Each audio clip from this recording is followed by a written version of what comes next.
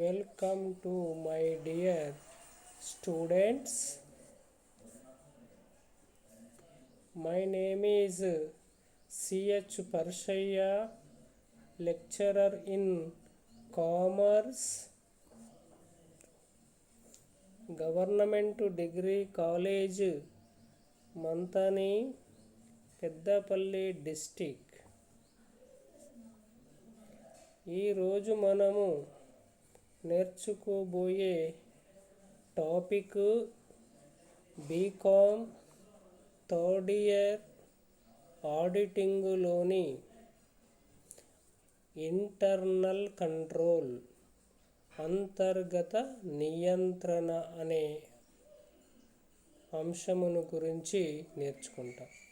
ఇందులో అంతర్గత నియంత్రణ నిర్వచనాలు, అదేవిధంగా అంతర్గత నియంత్రణ యొక్క ఉద్దేశాలను, అదేవిధంగా అంతర్గత నియంత్రణ యొక్క లక్షణాలు లేదా సూత్రాలు, అదేవిధంగా అంతర్గత నియంత్రణ యొక్క ప్రయోజనాలను, పరిమితులను, అదేవిధంగా బ్రీఫ్గా అంతర్గత తనిఖీ, అంతర్గత నియంత్రణ మధ్య వ్యత్యాసాలను నేర్చుకోవటం జరుగుతుంది.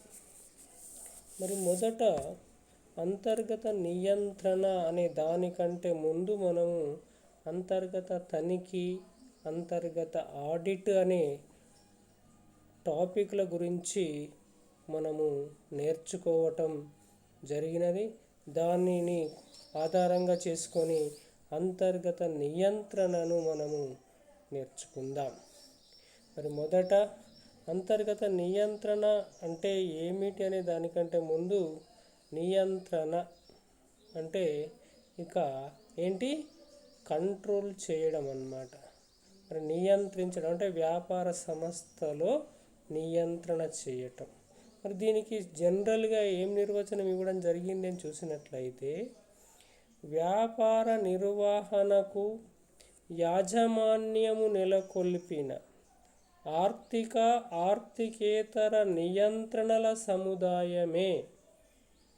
వ్యాపార నిర్వహణకు యాజమాన్యం నెలకొల్పిన ఆర్థికేతర నియంత్రణల సముదాయమే మనకి ఇక్కడ అంతర్గత నియంత్రణ అని బ్రీఫ్గా నిర్వచనం ఇవ్వడం జరిగింది. అంటే ఆర్థికేతర ఆర్థిక అంశములకు సంబంధించిన నియంత్రణ చేయటము, ఆర్థికేతర అంశములకు సంబంధించిన నియంత్రణ చేయటము, ఈ రెండింటి సముదాయమే మనం ఇక్కడ అంతర్గత నియంత్రణ అని చెప్పుకోవడం జరుగుతుంది. ఇది ఇంకా మనం కొంచెము డెప్త్గా వెళ్ళినట్లయితే ఇది కూడా వ్యాపార సంస్థ యాజమాన్యము వారు మాత్రమే చేపట్టడము జరుగుతుంది.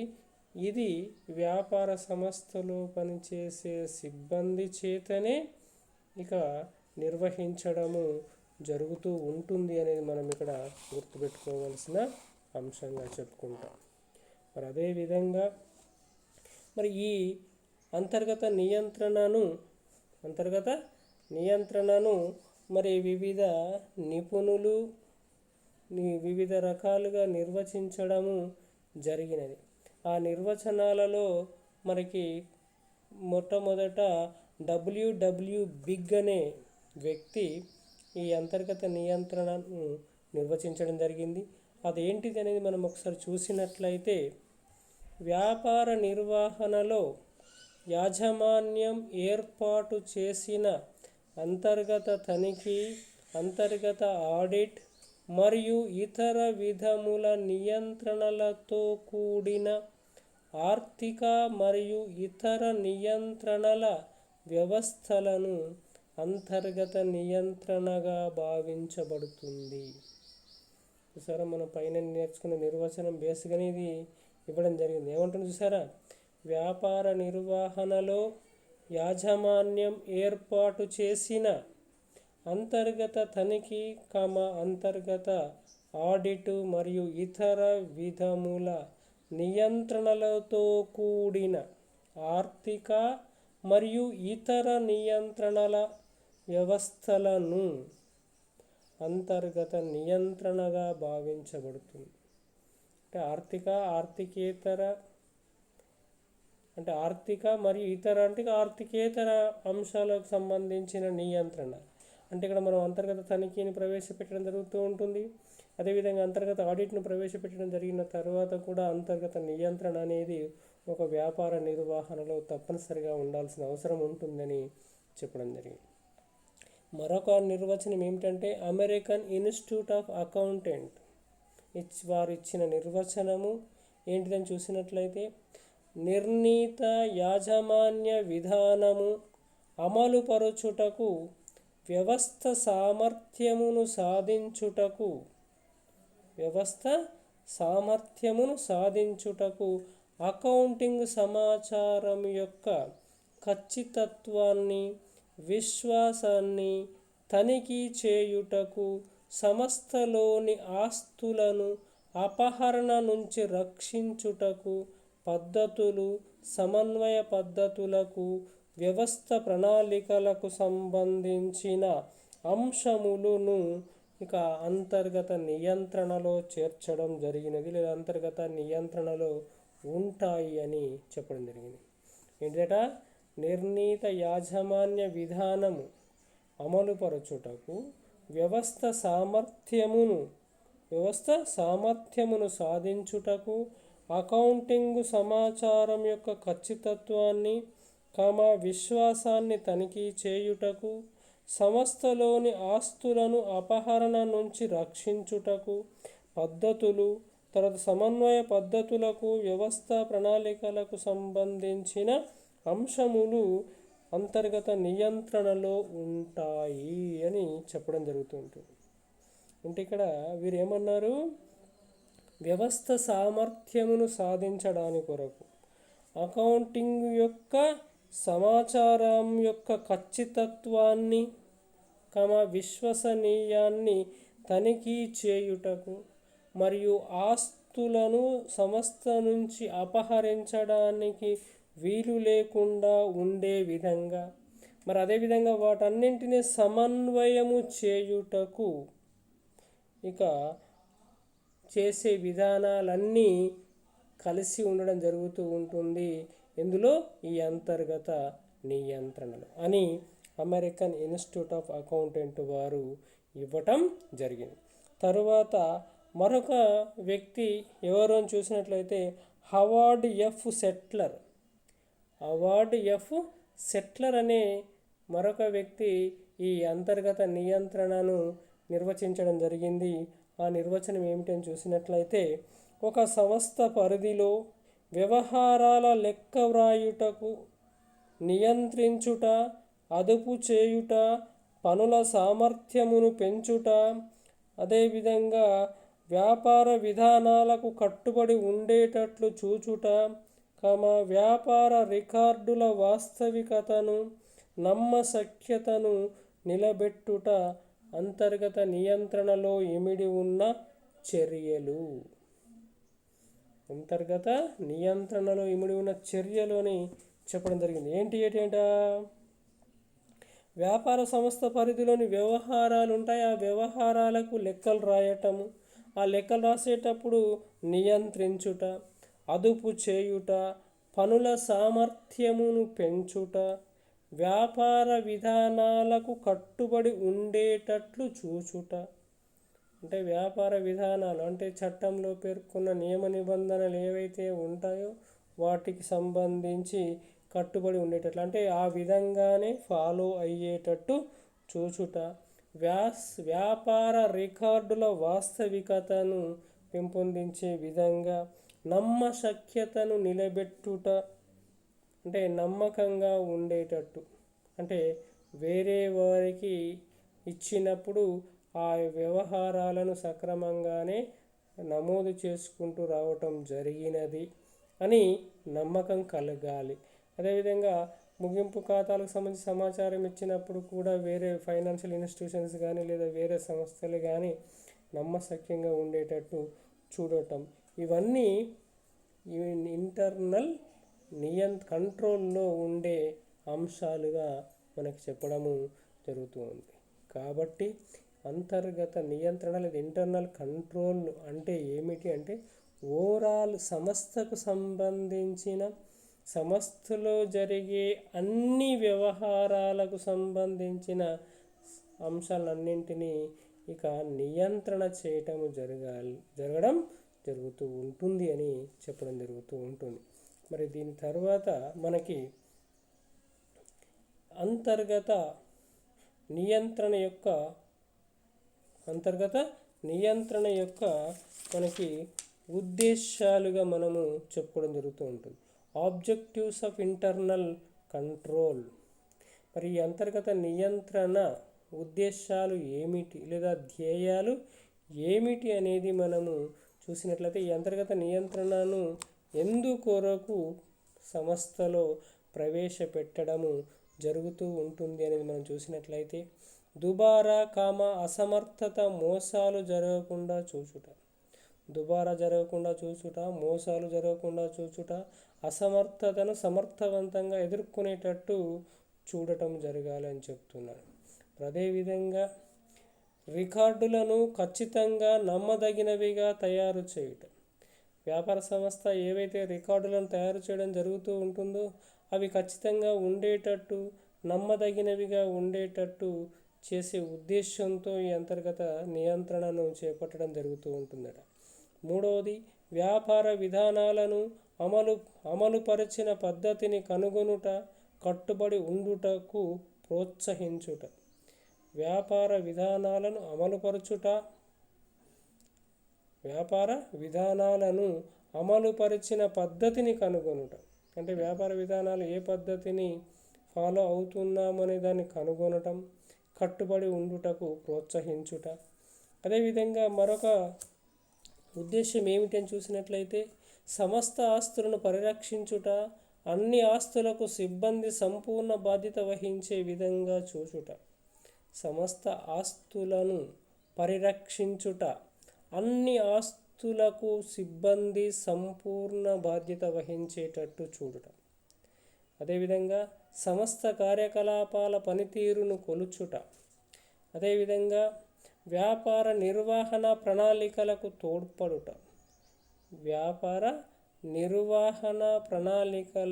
తోడ్పడుట. అదేవిధంగా సంస్థలోని వ్యవహారాలన్నింటినీ నిర్వహణాధికారుల అనుమతితో కొనసాగుచున్నది లేనిది నిర్ధారించుట.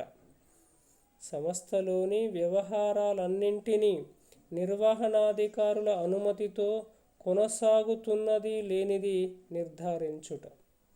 అంటే వ్యవహారాలన్నీ ఇక ఒక సీక్వెన్సీలో దాన్ని ఎవరైతే ఆ వ్యవస్థను ఎవరైతే నిర్వహిస్తున్నారో వారి అనుమతితో కొనసాగుతుందా లేదా కొనసాగేటట్టు చూడటం. అదేవిధంగా నియతకాలికంగా ఆస్తులను నిరూపించుట. నియతకాలికంగా అంటే ప్రతి సంవత్సరము ఆస్తులను నిరూపణ చేసుకుంటూ వెళ్ళిపోవడము జరగాలి. వ్యాపార స్వభావము, పరిమాణములకు అనుగుణంగా అకౌంటింగ్ విధానము ఉన్నది లేనిది సమీక్షించుట. వ్యాపార స్వభావము, పరిమాణములకు అనుగుణంగా అకౌంటింగ్ విధానము ఉన్నది లేనిది సమీక్షించుట కొరకు ఈ అంతర్గత నియంత్రణను ప్రవేశపెట్టడం జరుగుతూ ఉంటుంది. అన్ని రంగములలోనూ జరిగిన పని సామర్థ్యమును సమీక్షించుటకు.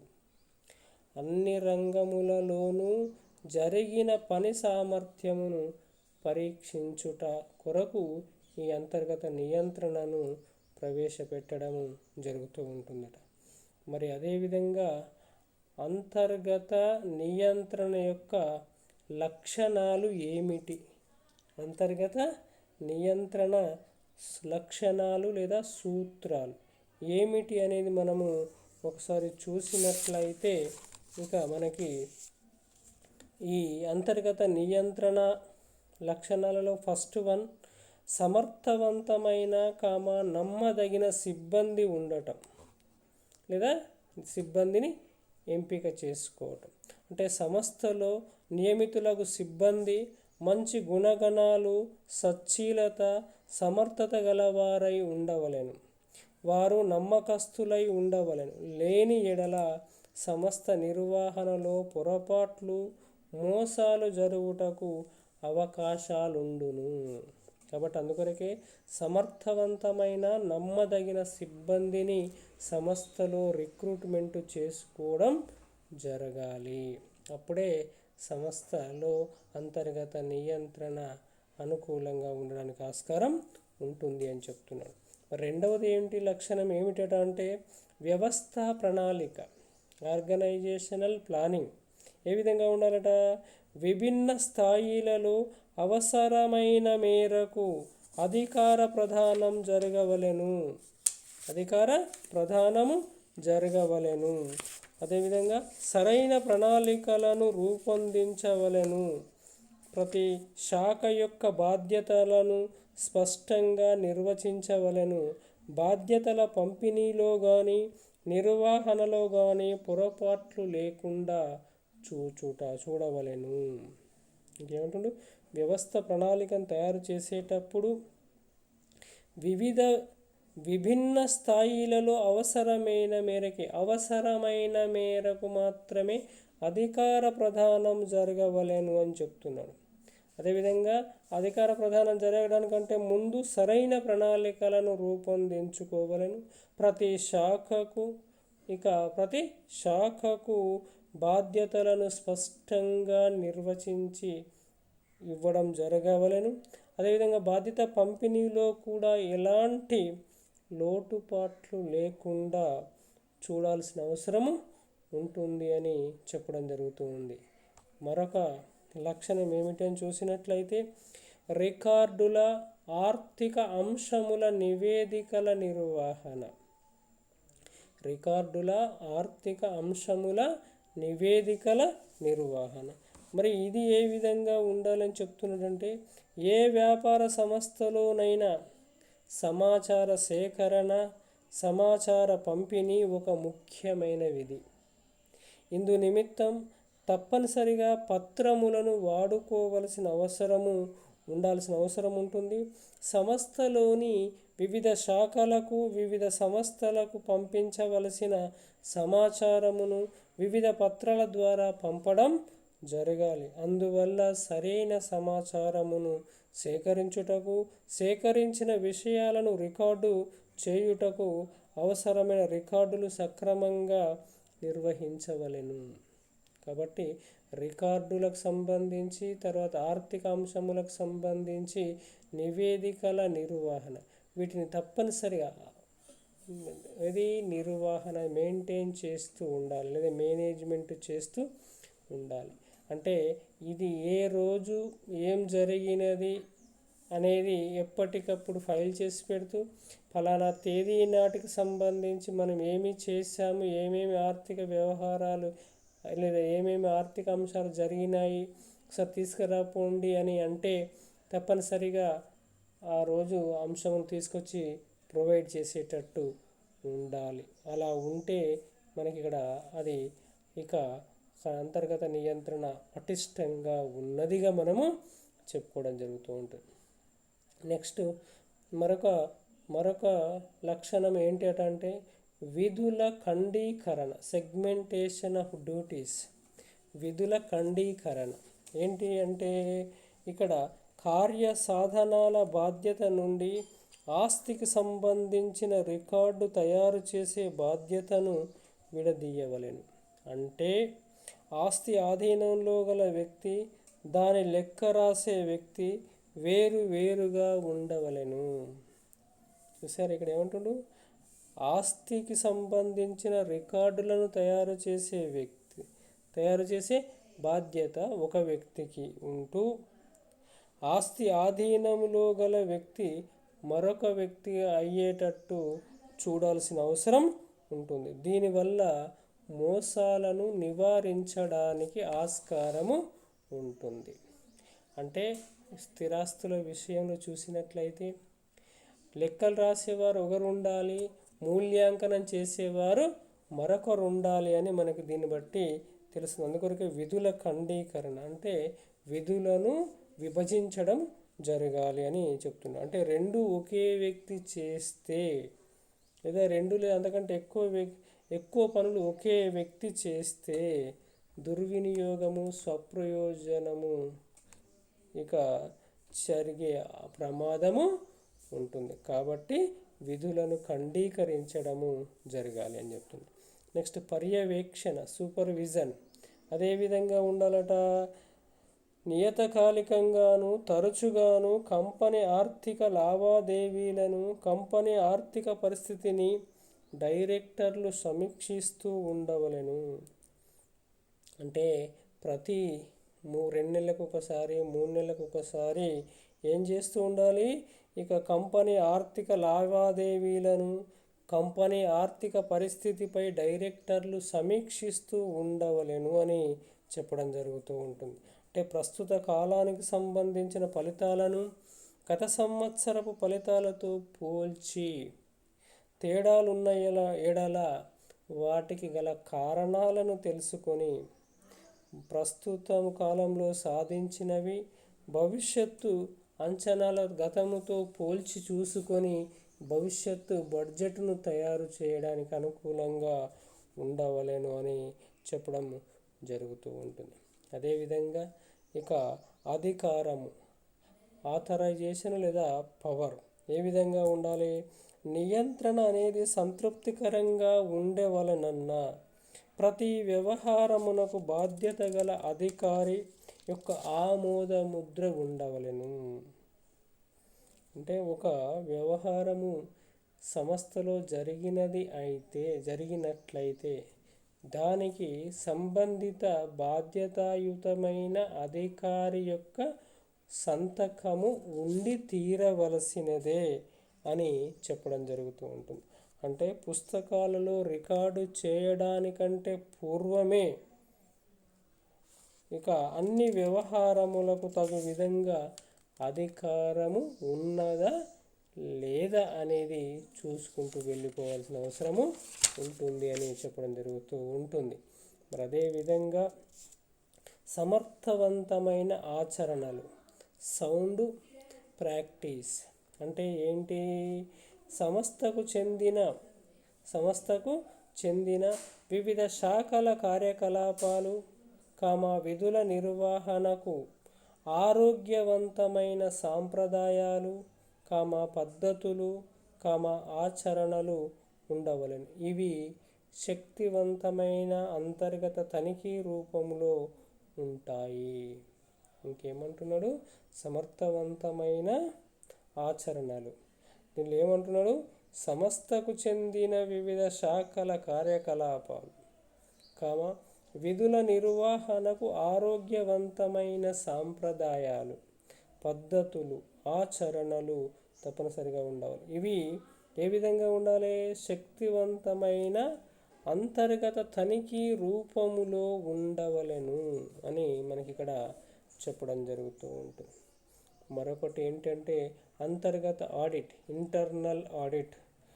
ప్రత్యేకంగా నియమించిన ఉద్యోగుల చేత సంస్థ తన ఖాతా పుస్తకాలను పరీక్షించుటయే అంతర్గత ఆడిట్ అని మనం ఇంతకుముందు నేర్చుకోవడం జరిగింది.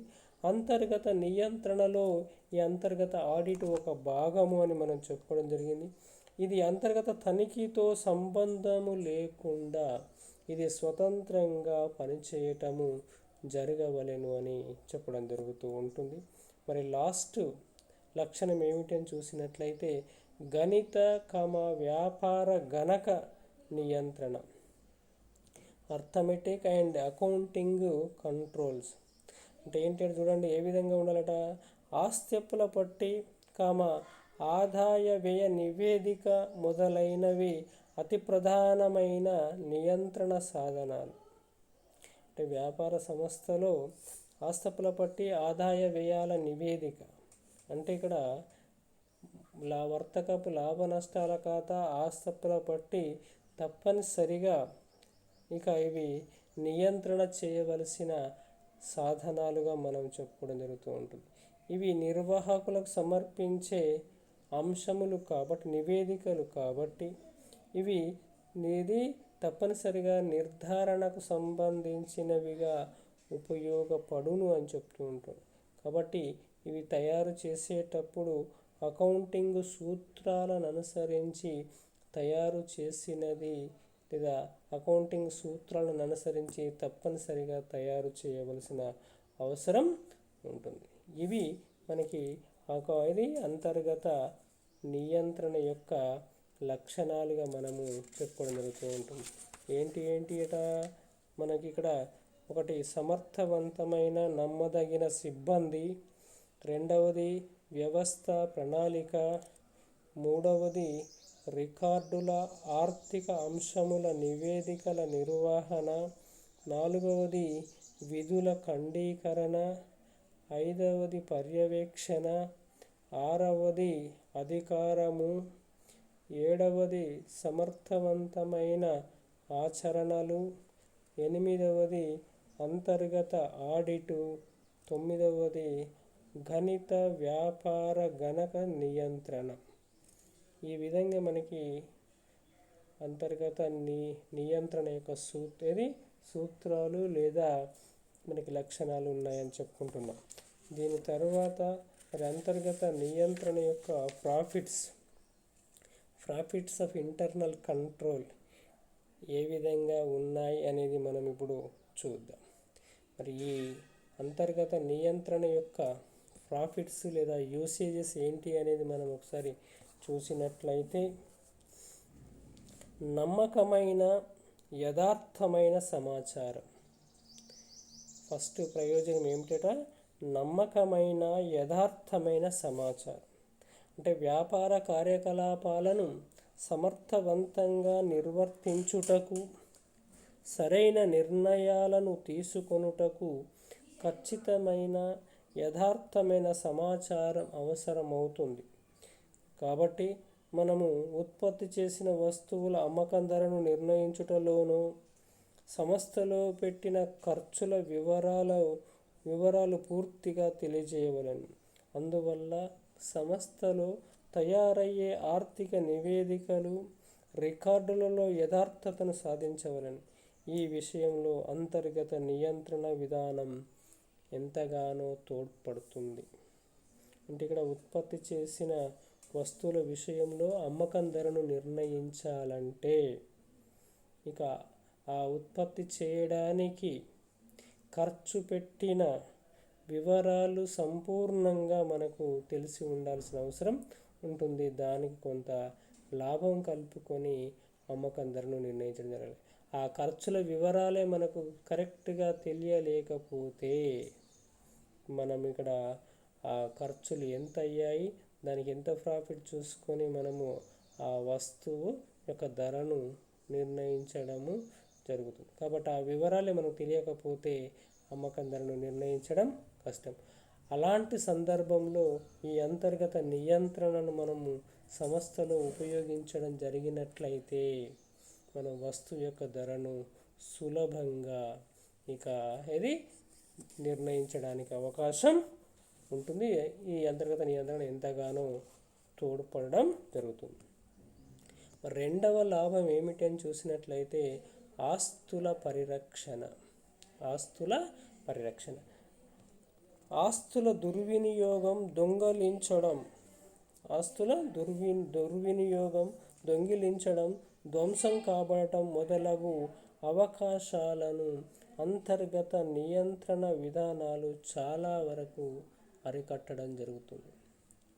అంటే ఆస్తుల దుర్వినియోగము లేకుండా చేయటం, ఆస్తులను దొంగిలించకుండా ఉండేటట్టు చూడటం, ఆస్తులు చెడిపోకుండా అంటే ధ్వంసం కాకుండా చూడటం మొదలగునవన్నీ అంతర్గత నియంత్రణలో మనకి మంచి ఫలితాలను అందించడం. అంటే ఏ సంస్థలో అయితే అంతర్గత నియంత్రణ పటిష్టంగా ఉంటుందో ఆ సంస్థలో ఆస్తుల దుర్వినియోగం కానీ, ఆస్తులు దొంగిలించడం కానీ, ఆస్తులు ధ్వంసం కావటం కానీ జరగకుండా ఉండే అవకాశం ఎక్కువగా ఉంటుంది అని చెప్పడం జరుగుతుంది. అదేవిధంగా మూడవ ప్రయోజనం ఏమిటి అని చూసినట్లయితే కార్యనిర్వహణ సామర్థ్యం. కార్యనిర్వహణ సామర్థ్యం. అంతర్గత నియంత్రణ అమలులో ఉన్నప్పుడు సంస్థలో ఒకరు చేసే పనిని మరొకరు చేయటం జరగదు. అదేవిధంగా పైగా ఒకరు చేసే పనిని మరొకరు తనిఖీ చేయటం మాత్రమే జరుగుతుంది. అందువల్ల ఏదైనా తప్పులు దొర్లితే వాటిని సరిదిద్దుటకు అవకాశం ఉంటుంది. అంతేకాక వనరుల వినియోగములో వృధాను, అన్ని రకాల అసామర్థ్యాలను అరికట్టుటకు అవకాశము ఎక్కువగా ఉంటుంది అని చెప్తున్నాం. కాబట్టి దీనివల్ల సంస్థ కార్యనిర్వహణలో సామర్థ్యాన్ని పెంపొందించుకొనుటకు అంతర్గత నియంత్రణ ఎంతగానో ఉపయోగపడటము జరుగుతూ ఉంటుంది, లేదా అంతర్గత నియంత్రణ దోహదం చేస్తుంది అని చెప్పడం జరుగుతుంది.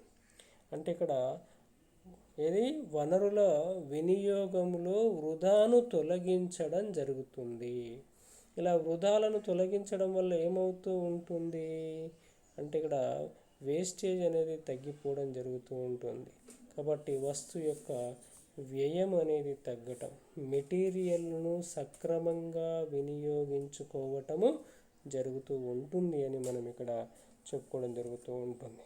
కాబట్టి సంస్థలో నిర్వహణ సామర్థ్యాన్ని పెంపొందించడము జరుగుతూ ఉంటుంది అని మనం ఇక్కడ చెప్పుకోవడం జరుగుతుంది. నెక్స్ట్ విధానాలకు కట్టుబడి ఉండుట. విధానాలకు కట్టుబడి ఉండుట. సంస్థ స్వయంగా రూపొందించుకున్న విధానాలకు, ఏర్పరచుకున్న నియమ నిబంధనలకు లోబడి సిబ్బంది పనిచేయునట్లుగా ఇక అంతర్గత నియంత్రణ విధానాలు తోడ్పడటం జరుగుతూ ఉంటుంది అని చెప్తున్నాను. అంటే ఇక ఏం చెప్పుకోవడం జరుగుతూ ఉంటుంది మనకి, సంస్థ స్వయంగా రూపొందించుకున్న విధానాలకు, ఏర్పరచుకున్న నియమ నిబంధనలకు లోబడి సిబ్బంది పనిచేసేటట్లుగా మనకి అంతర్గత నియంత్రణ విధానాలు తోడ్పాటును అందించడము జరుగుతూ ఉందని చెప్తున్నాడు. మరి లాస్ట్ పాయింట్ ఏమిటంటే నివేదిక సమర్పణ. అంతర్గత నియంత్రణ వల్ల ఆడిటర్ తన నివేదికను త్వరితంగాను ఖచ్చితంగాను సమర్పించగలుగును. అంతర్గత నియంత్రణ ఉండడం వల్ల, లేదా అంతర్గత నియంత్రణ ఏ సంస్థలో పటిష్టంగా ఉంటుందో అందులో ఆడిటర్ తన నివేదికలను త్వరితంగాను ఖచ్చితంగాను సమర్పించడము జరుగుతుంది. ఈ విధంగా మనకి అంతర్గత నియంత్రణ వల్ల ప్రయోజనాలుగా మనం చెప్పుకుంటాం. ఏంటేంటిట, ఒకటి నమ్మకమైన యథార్థమైన సమాచారము మనకు అందుబాటులో ఉంటుంది అని చెప్తున్నాడు. ఇది ఎంతగానో తోడ్పడుతుందని చెప్తున్నాడు.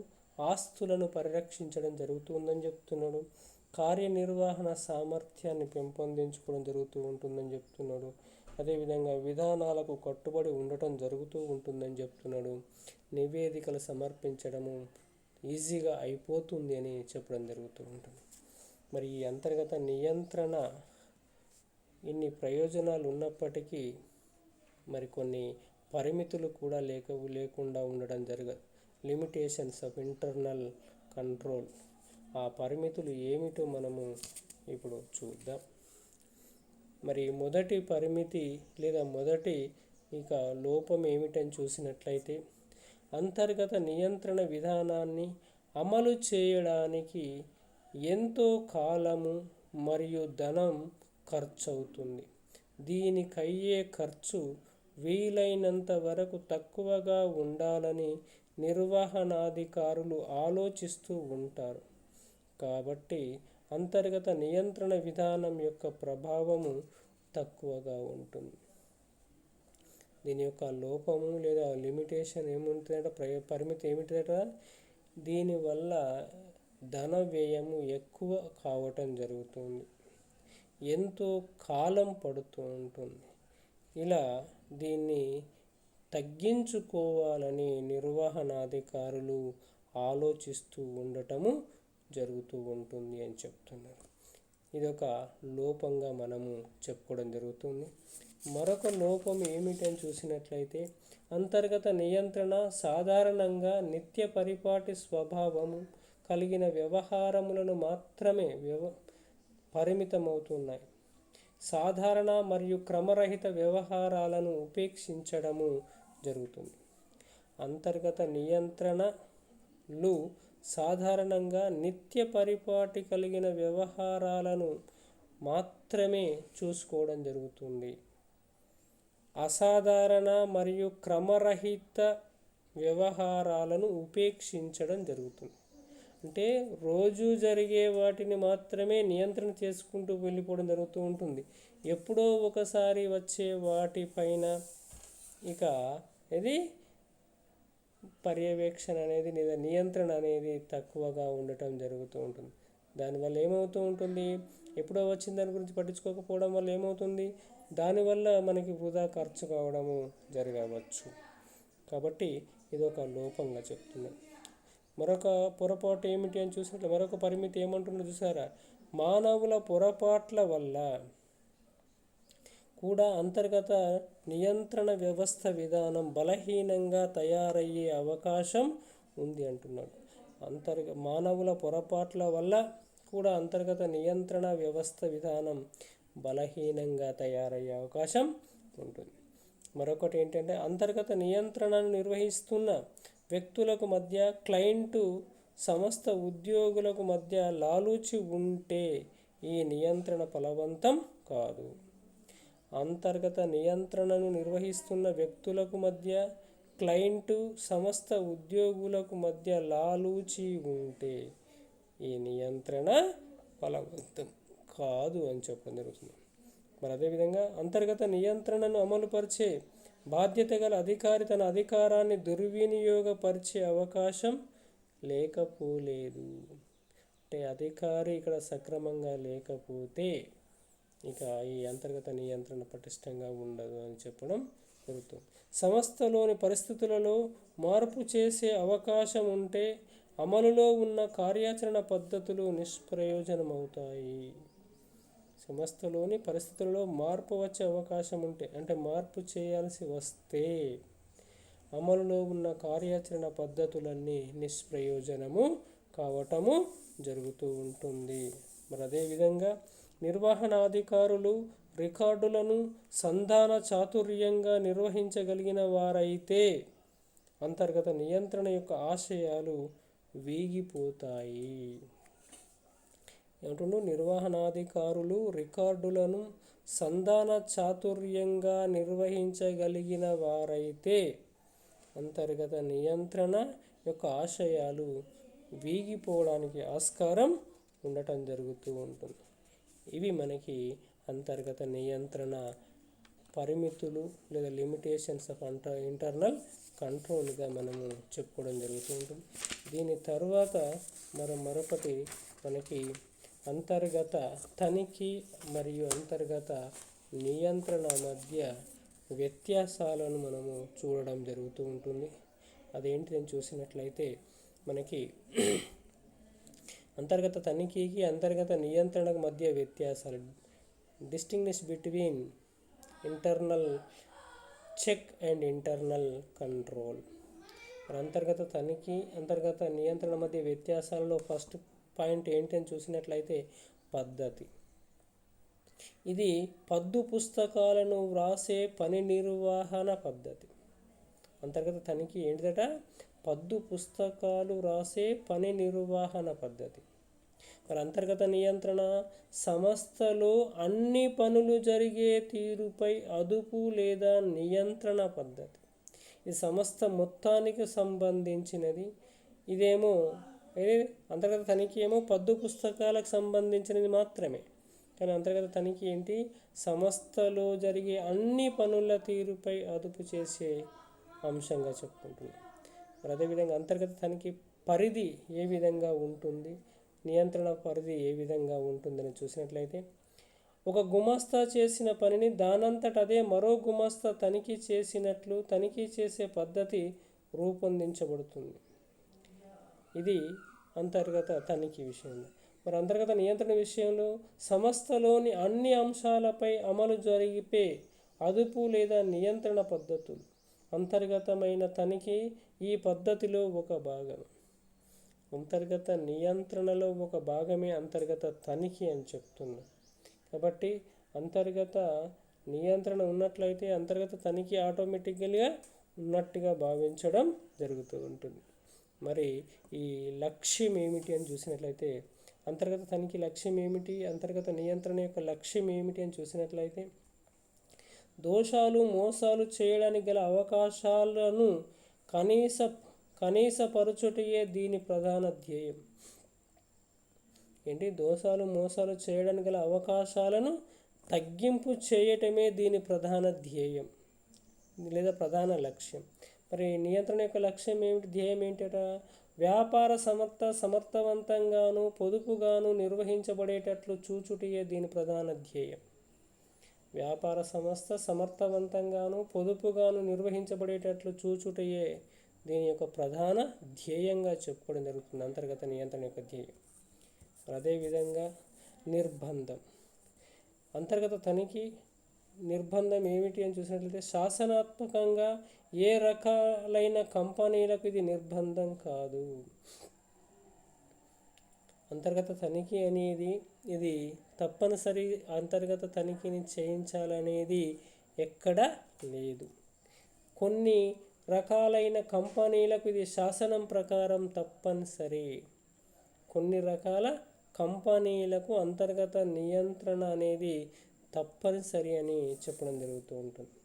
మరి ఇక లాస్ట్ పాయింట్ ఏంటంటే, అంతర్గత ఆడిట్ ఇందులో అంతర్భాగం కాదు. అంతర్గత ఆడిట్ ఇందులో అంతర్భాగం కాదు.